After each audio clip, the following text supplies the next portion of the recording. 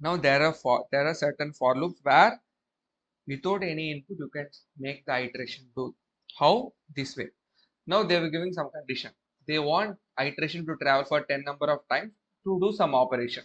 So what you basically do, you have to make sure that your for loop travels for 10 number of times. How you will be doing? This way. For x in. Now in the earlier cases, whatever we seen from line number 1 to line number 69, we do have a certain inputs. So the for loop is going to travel to the length of the input. Now I don't have any input. Then what I can do? I can use a function called range.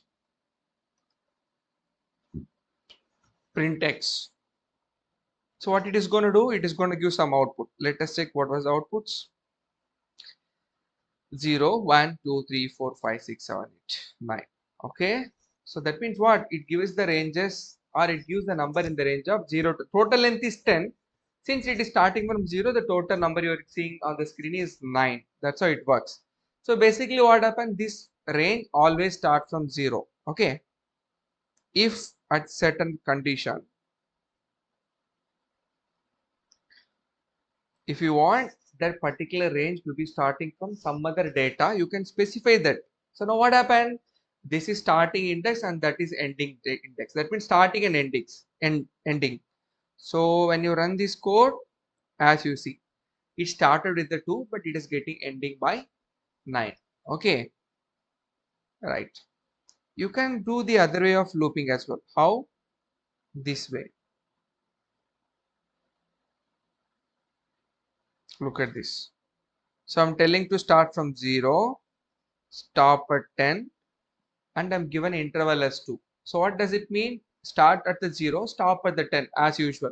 When I give 2 after that, it means it is going to give the data based upon 2 level interval. 0, it will ignore 1 and it will print 2. It will ignore 3, that means it will print each and every second letter.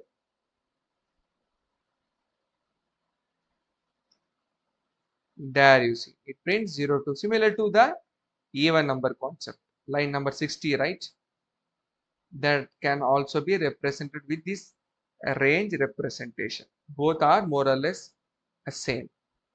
So these are the general and generic for loop that you can usually try. Okay, that you can usually try. This is applicable for list, this is applicable for tuple. But when you apply the same for loop in a tuple list, right, that is where you should keep little focused, because string, the iteration is very common. Correct? Whatever you're going to do, it is going to travel till the length of the character, but list is mutable. So the loop may get extended based upon the changes that you do for the list, that I gonna explain when we see about the iteration, or when you see about some manipulation in a list. As of now, these are the basics thing that I want you people to keep in mind. Okay.